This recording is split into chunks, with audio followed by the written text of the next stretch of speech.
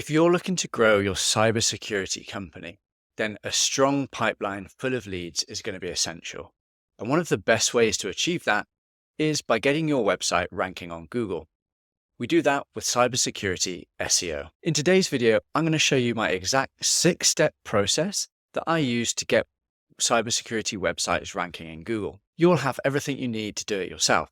But if at any point you want the experts to handle it, feel free to reach out to me in the link in the description below. My name is Rich Edwards, and I've worked with many cybersecurity companies to get them ranking in Google. And if you stick around to the end, I'm going to show you some great case studies of what we've done with some of our clients. So now, let's get started. SEO is such a great channel for many businesses, but especially cybersecurity companies, because if you think about it, anybody that is Googling about the problem that you're solving is really a very high intent customer. So if we can get them onto our website and we can present them with a good offer, they're going to submit a lead form and we can take that into our sales process. The first step in our cybersecurity SEO strategy is keyword research.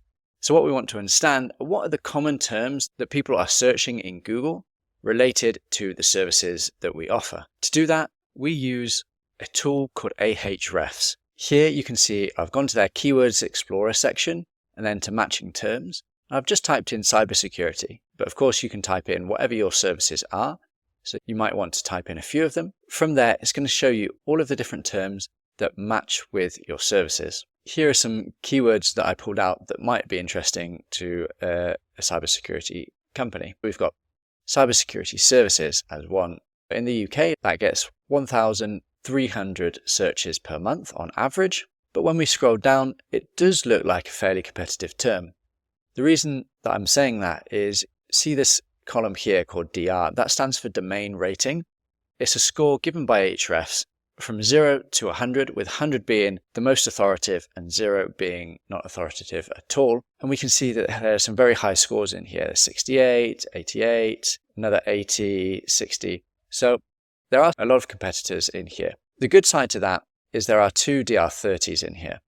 So that is very achievable for any firm. And of course, it will depend what SEO you've been doing so far. So I would say this is probably a medium competition type term. We might not want to start with it. We might want to find something that's more of a low-hanging fruit that we can go for. We can start seeing an ROI on our investment in SEO and then use that to propel us forward and go after a more competitive term like this one. Here we've got cybersecurity consulting firms. It's got 400 searches per month. And it looks hyper competitive. The lowest DR here is 63. Everything is 70 and above. So that is one, for example, that we would not want to go for unless we're already working from a website that already has a high DR. We've got cybersecurity audit. Again, that's very competitive. Now we've got cybersecurity company. So again, 400 searches. So it's not a huge amount of searches, but we have to think just how valuable and how high ticket these customers are. So we don't need to sign that many to really see a great return on our investment here. This gives us a good indication. We've got a DR17 ranking for this and a DR30. So I would definitely go ahead and put this on our list of one of the core terms that we want to go after. And finally, another keyword that we found. So only 150 searches, but again, this could be highly valuable for us. Got managed cybersecurity service, and in here we've got DR4, so it's definitely something that we can compete in. What we want to do is create a big spreadsheet of all the keywords that are relevant to us, and we want to create a column for the keyword and a column for the search volume, so how many searches are they all getting per month, and that'll just help us prioritize which keywords are going to be important to us and help us come up with a plan. Step 2, competitor research. Here what we want to do is look at our competitors and understand what are the inputs that we'll need to take in order to reach the same level as them. The first thing we want to do is, just in addition to our keyword research, we want to see what keywords those competitors are ranking for. Websites that we were looking at just then, we've got cybersecurityx.co.uk, so getting about 300 searches per month. So again, not huge, but to be honest, Ahrefs tends to massively underestimate the traffic a website is getting, so I assume that is much higher. And again, if that's converting, say at a 10% rate, if they're getting 30 leads per month, that's a nice addition to their pipeline there. We can go to their top pages and we can see all the keywords that they're ranking for. And we might want to add some of those to our keyword list, maybe security testing services, webinars, if we do some webinars. And once we've added that to that list, we want to look at several other factors. Okay, so first of all, I'll start with how many pages do they have. So this will give us an indication of how many pages we'll need to create on our website. So they've got 46, and that's a mix of blog content and landing page or service content. And I'll go into that in a bit more in the on-page SEO section below.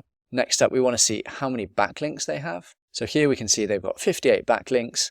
We'll do a proper backlink audit later on in the video, but just looking at it, that is very achievable for us. Finally, we want to look at how many reviews we need. Why are reviews important? If you're going after a local market, let's say cybersecurity company London, we can see here just after the ads, there's a map with all of these businesses on before it goes down into the main search results. So obviously if we can get a position in the main search results, that's great.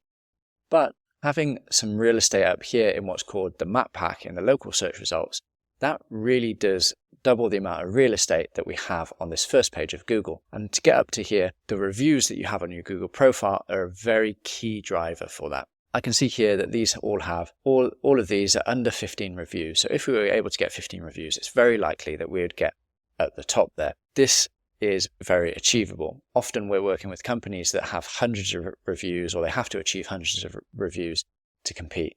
So if I was a cybersecurity in London, I'd be very excited to see this. So once we've understood the competitive landscape, that will help inform our plan in later sections, as we'll know how many backlinks, how many pages, how many reviews that we need to create for our website. Now we can move on to step 3. This is our on-page SEO. So these are the pages that we will have on our website. Don't be intimidated by this. If you're working with an internal developer, or if you're working with an agency or a freelancer, you can guide them on what you need, on what requirements you need for your website. If you're doing it yourself, then you will also know what you need to add. As you saw from our competitors, a lot of their pages are landing pages. So they have these landing pages, let's see, solutions, where they have a dedicated page for each service that they offer.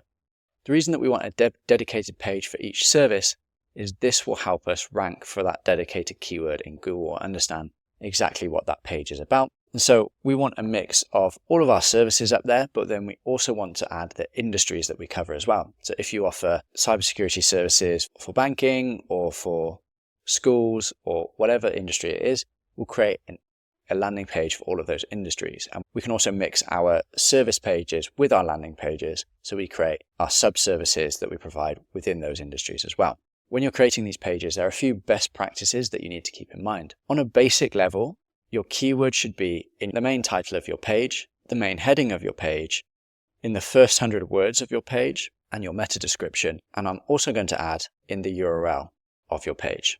When you're creating these pages, I'd really recommend using a correlational tool such as Surfer SEO. These are tools that will look at the top 10 results in Google, and they'll work out all the specifications that you need for that page, for a page to rank in those top 10 results. They'll give you specifications such as how many words you need to write, how many times you need to include a keyword, how many images, etc. So while that is an additional cost, I would highly recommend it. Okay, now on to the local side of it. So remember earlier in the video when I said about these map pack results, how do we achieve that? The first thing you need to do is create a Google My Business profile. It's very quick and easy to set up, but when you do, make sure you fill out all of your information. Don't skip any fields or leave anything unfilled. You want to fill out your categories, your opening hours, all of your services, just to make sure it's fully complete.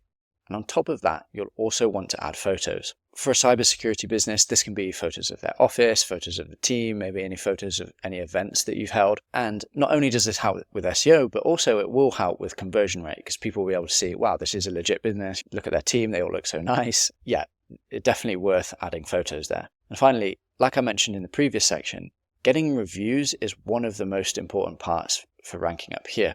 As we only have to get, if we were working with this company in London, as we only have to get 15, it's very achievable. How do we get the reviews? There are two main methods that I like to use. The first is to go back and ask any of your happy or loyal customers if they'd be willing to leave a review. And if they've had a good experience, they generally will. Next, and something that I do in any business that I'm working with, is to incentivize your employees. So you can give them a little bonus, whether that is a gift card or a monetary bonus or some sort of other bonus that whenever they get one of their clients to leave a review, then they get that bonus, and it can work incredibly well. Step 5, blog content. This is informational content that we'll put onto the blog section of our website. So these differ from landing pages in that their role is to inform potential clients rather than to directly sell to them. The reason that we want this content is because often there are people out there that are investigating the problem that they have, but they don't know that they need a cybersecurity firm to solve that just yet. So if we can get them on our website when they're at a different point in the buying funnel, then that allows us to upsell our services in that article and help them realize the solutions available to them. And it is also an asset if we're doing any sort of online advertising, such as LinkedIn, Facebook, or Instagram ads, that we can retarget these customers via our pixel on our website. The second thing it does is it signals to Google that we are an expert in our field. This is something called topical authority. And if we're able to get some good content on our website, it will really help with the overall rankings of our website. But how many articles do you need to write? This will generally depend on your competitors. So what we want to do is go back to our competitors and understand how many articles have they written. So if this firm here has got 46 pages, we can divide these into landing pages and then blog content.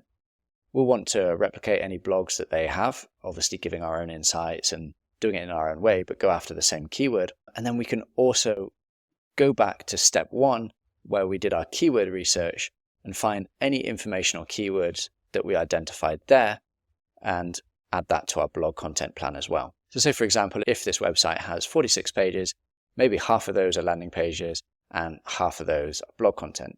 So maybe we've got to write, say, 30 blog posts, which might seem a lot, but we can always divide that over a monthly basis and give ourselves a target of, say, 5 per month for the next 6 months. But my personal preference is actually always to front load the content creation, because the sooner we get it up on our website, the sooner it's going to get picked up by Google and the sooner it has a chance to get ranking. Finally, the key thing to remember with this when you're creating blog content are these best practices that I've left up here. And if possible, please do give a go at using a correlational tool. Finally, step 6. This is the most important factor when it comes to ranking. Everybody's got their website sorted, everyone's got landing pages, but backlinks is where you're really going to pull ahead of your competitors. Building backlinks is very important because it is one of the main ranking factors in Google. Let me talk through what a backlink is. It's a link from another website that comes to your website, but not all backlinks are equal. If you remember, I was talking about DR earlier. The higher the DR, it means more power. If you get a link from a very high DR website, the chances are that it's going to be passing more power through to your website. So we want to get higher DR links where possible. Let me talk through some of the types of links that are available. This is a concept I came up with called the SEO link building pyramid. Down here at the bottom, we've got foundational links. These are links that really any business should have, and they just help build trust in Google's eyes, signify that we are a real and trustworthy business. The first type of these links is directory links. So these are links on directories such as the Yellow Pages, Yelp, as well as any niche directories. And they just list our business with our address, and then they point a link back to us as well. These are extremely cheap and easy to create. I wouldn't recommend that you do it yourself because it's very time consuming, but it's something that you can outsource at a very cheap price. So if you need help with that, just let us know. The next is social media profile creation. So if you think about any real business out there, they're going to have their social media profile set up. So again, it's a nice trust signal to Google. So just make sure you've got all of those bases covered.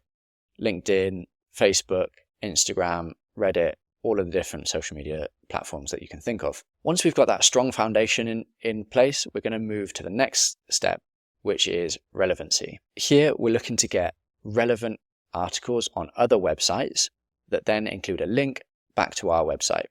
These can be guest posts where we pay another website to post our article, and that article be really relevant to the services that we offer.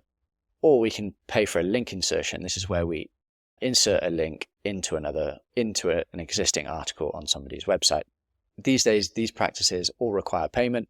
Usually, depending on the DR and other factors, you're usually looking at paying $200 to $300 to $400 or pounds per link for these. Finally, we have the authority tier, and this is where things really get interesting because these links are very much highest quality links that you can get. Generally, these are in large media websites that even if you wanted to, you couldn't pay to get a link from them. And that what inherently makes them more valuable. So the two tactics we can use here, the first is journalist requests.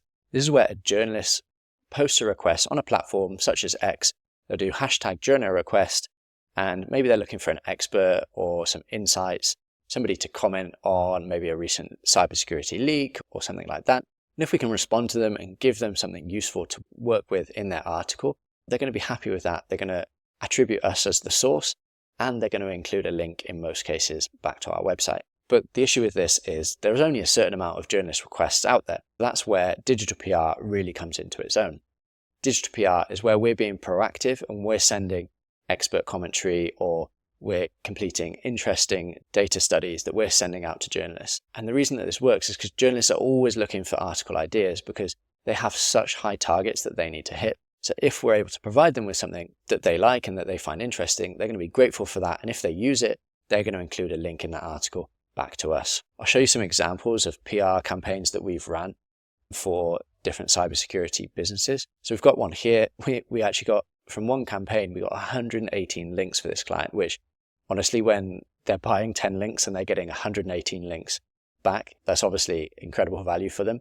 That just shows the benefits of digital PR. If your campaign can go viral, then you're going to get a load of links to your site at once. Within those 118 links, we got some really good ones, literally some of the best websites on the planet.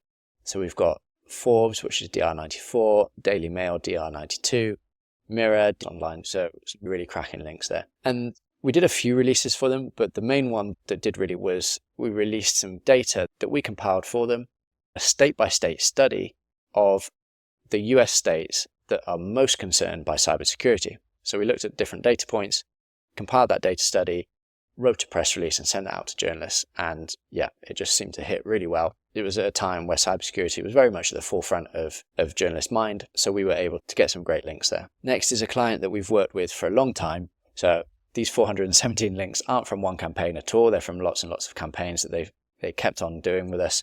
And this is more of a consumer-facing cybersecurity company. So you can see one of the releases that we did for them that did really was some red flags that people need to look out for when they're going on a Tinder date to make sure that they're not dating a stalker. This worked really well because we released it around the same time that Netflix released their series called Baby Reindeer, which was very popular.